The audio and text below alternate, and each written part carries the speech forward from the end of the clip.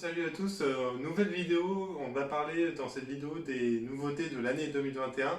Bon, c'est vrai que les années se font un petit peu plus pauvres et un petit peu plus tristes en termes d'automobile au fur et à mesure. Néanmoins, on aura la chance d'avoir quelques petits modèles un peu assez sympas. On s'est fait un petit peu, voilà, on s'est fait un petit mix, une petite compilation des modèles qu'on attendait le plus avec Matvei. On, on va aborder bon, les françaises, forcément en première. On va aborder Peugeot qui nous a fait la surprise avec donc la 508 PSE qui devrait sortir donc, cette année. C'est une donc, Peugeot Sport Engineering, donc adieu le GTI qui était le sigle sport de Peugeot depuis les débuts. Maintenant on passe à trois autres lettres, Peugeot Sport Engineering, donc PSE. Et il n'y aura pas que une 508, en fait ils ont annoncé que toute la gamme aurait une déclinaison PSE. Donc c'est une super nouvelle et si l'hybride en fait peut sauver au moins un petit peu de sportivité dans les gammes, bon bah c'est ok. On va suivre on va rester dans le sport avec Alpine qui va proposer une déclinaison son A110 donc en version R. Alors ça pourrait être un succès pour honorer donc son arrivée en F1, donc le Renault F1 Team qui devient Alpine F1 Team, mais aussi pour mettre un petit peu plus de puissance et encore plus de radicalité dans un modèle qui serait encore plus typé course que ce que sait faire aujourd'hui le maximum, entre guillemets, c'est la S. Donc voilà, on attend avec impatience.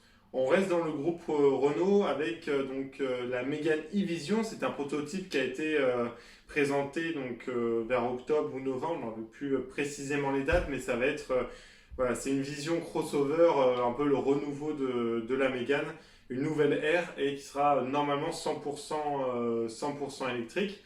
Et ça, c'était avant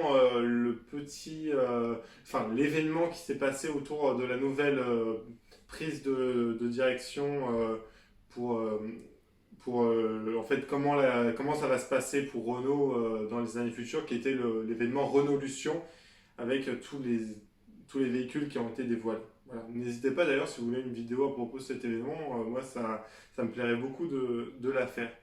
On va continuer, donc on a parlé de la Mégane, il y a sa concurrente directe qui sera donc la 308 de troisième génération, ça y est, elle va arriver donc au printemps aussi, elle devrait arriver. On a très hâte de voir ce que ça va donner, surtout quand on sait aujourd'hui la ligne directrice qu'a le style de Peugeot. On attend vraiment beaucoup de cette 308, enfin on attend vraiment qu'elle monte en gamme, nouvelle signature, nouveau logo, peut-être voilà, une nouvelle prise de direction pour Peugeot. Et donc on attend vraiment qu'elle vienne chasser en plus de ses concurrentes françaises, surtout des concurrentes allemandes. Donc voilà, on a vraiment hâte de voir ce que va prendre la direction pour cette 308. On continue, on va passer à l'électrique. Donc c'est Mercedes qui va directement après l'EQC, donc le fameux SUV 100% électrique à 75 000 euros. Enfin bref, super cher pour pas beaucoup d'autonomie. Donc en fait, ce qui a fait vraiment un bid monumental. Mercedes s'est dit on va berliniser notre EQC. Donc voilà, ça sera la EQS qui sera directement une concurrence des Taycan ou plutôt de la Model S parce que ça sera vraiment une version berline. Donc hâte de voir ce que ça va donner déjà en termes de style et en termes d'autonomie. Est-ce qu'ils vont, même s'ils maintiennent les prix, est-ce qu'ils vont faire quand même mieux au niveau prestation de ce qu'on attend à un véhicule dans cette gamme de prix-là.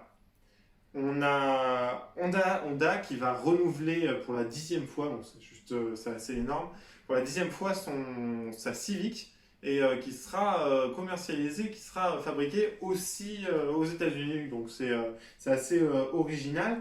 Et pour l'instant, donc on attend déjà la version normale et ensuite on aura la version type R. Donc normalement, on croise les doigts. Normalement, elle devrait arriver un petit peu après. On a hâte de voir le style de Honda qui ont toujours été assez atypiques dans leur design. Et on va aller chez les Allemands avec la Cupra Elborn. Donc, c'est un SUV qui sera basé sur la plateforme de l'ID3 et qui sera donc une marque, voilà, qui est la marque dérivée de Seat, la marque sportive, qui proposera donc une version électrique de son Cupra Elborn et en une version donc sportive.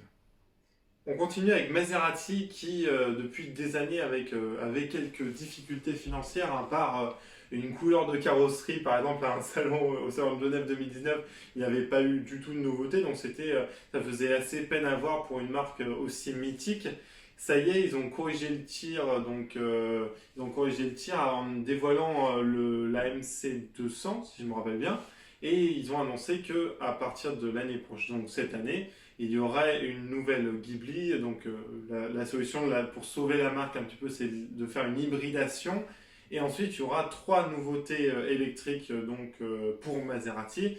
Et il y aura donc voilà, une phase d'électrification pour essayer de proposer la gamme Maserati à une plus large clientèle. Donc c'est une solution pour sauver une marque qui mérite d'être sauvée, parce que c'est vraiment dommage de ce qu'elle était devenue. À part le Levante, il n'y avait vraiment pas eu de nouveauté. Quand même, la Gran Turismo, c'est une voiture qui va avoir près de 15 ans. C'est assez énorme, à part quelques oscillages, il n'y a pas eu vraiment de changement. On va aborder le renouveau de Nissan. On avait une pub teaser que Mavet va vous mettre au montage pour dévoiler le nouveau Qashqai et le nouveau Ariya. Donc, le nouveau Ariya, c'était le nouveau électrique, le nouveau SUV électrique qui d'ailleurs partage la plateforme avec la Mégane e-Vision. Et donc c'était le renouveau de Nissan avec notamment la Peugeot 400Z qui est 370, et maintenant la Peugeot 400Z, le nouveau coupé qui on peut pleurer parce que normalement il n'arrivera pas en Europe. Mais Nissan aussi souffrait d'une gamme assez vieillissante, donc on peut voir voilà, qu'ils se sont donné un bon coup de fouet et qu'ils sont repartis sur de bonnes bases. Donc s'ils font des choses comme dans le style du Juke par exemple, que personnellement j'aime beaucoup, j'ai hâte de voir ce qu'ils vont nous proposer pour les autres véhicules. Voilà. On continue aux françaises, on va retourner chez Peugeot, enfin dans le groupe PSA, avec DS, qui a actuellement donc, la DS3 Crossback et DS7 Crossback, qui sont 2 SUV. Et il devrait arriver la DS9, qui serait donc la première berline DS Ultra Premium, ou Premium en tout cas, un petit peu plus que la 508, qui viendrait chasser sur les terrains des Audi ou M4. Et il y aurait aussi la DS4. Donc on savait que c'était avant une berline. Est-ce que ça va continuer à être une petite berline citadine, ou est-ce que ça va se SUViser? On verra avec le temps. Voilà. On continue avec BMW. Alors BMW, c'est assez intéressant parce que ils ont annoncé à cause donc des nouvelles normes qu'il y aurait moins de véhicules sportifs dans la gamme. Mais par contre, BMW, plus c'est inutile et plus c'est gros, plus on fonce. Et donc ils proposent le BMW X8 comme si c'était déjà pas assez le X7. Vous le savez, donc aujourd'hui Peugeot, enfin PSA et FCA se sont alliés pour créer Stellantis, et donc Alfa Romeo qui va créer son nouveau SUV, le Alfa Romeo Tonale, parce qu'on sait qu'aujourd'hui, malheureusement, n'en déplaise aux plus réticents des SUV, on peut sauver des marques grâce aux SUV. Donc voilà, l'Alfa Romeo, après le Stelvio, c'est un autre volcan italien qui viendra poser son nom sur un véhicule de la gamme Alfa, qui sera donc le Alfa Romeo Tonale. On l'avait découvert d'ailleurs au salon de Genève, donc d'il y a 2 ans, en version concept, et il était assez réussi, donc voilà, hâte de voir ce que ça va donner. On le sait, j'avais fait un sujet d'ailleurs en 100% dédié à ce sujet, la Ferrari qui aujourd'hui, même du coup les plus réticents qui disaient on fera jamais de SUV, ont cédé au phénomène, et donc Ferrari proposera le Puro Sangue, et normalement il devrait arriver cette année.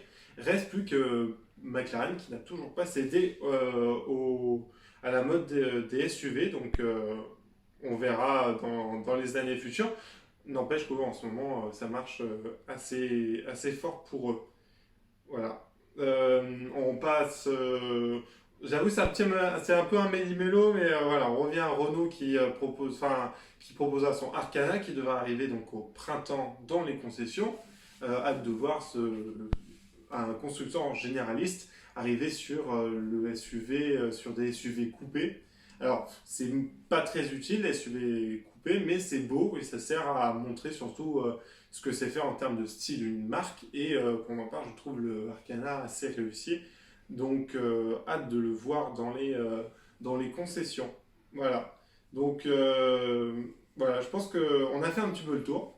J'ai fait un petit peu, voilà, un peu toutes les nouveautés on avait fait une énorme liste, je ne vais pas vous cacher, si je peux faire toute la liste, la vidéo va durer 20 minutes, donc c'est pas le but, c'était de voir un petit peu quelques modèles phares qui vont sortir, et on va finir par exemple voilà, avec un petit tour, donc l'Alfa Romeo, l'Abarth, pardon, 500 en électrique qui devrait sortir aussi cette année. Voilà. Bonne vidéo et à plus tard.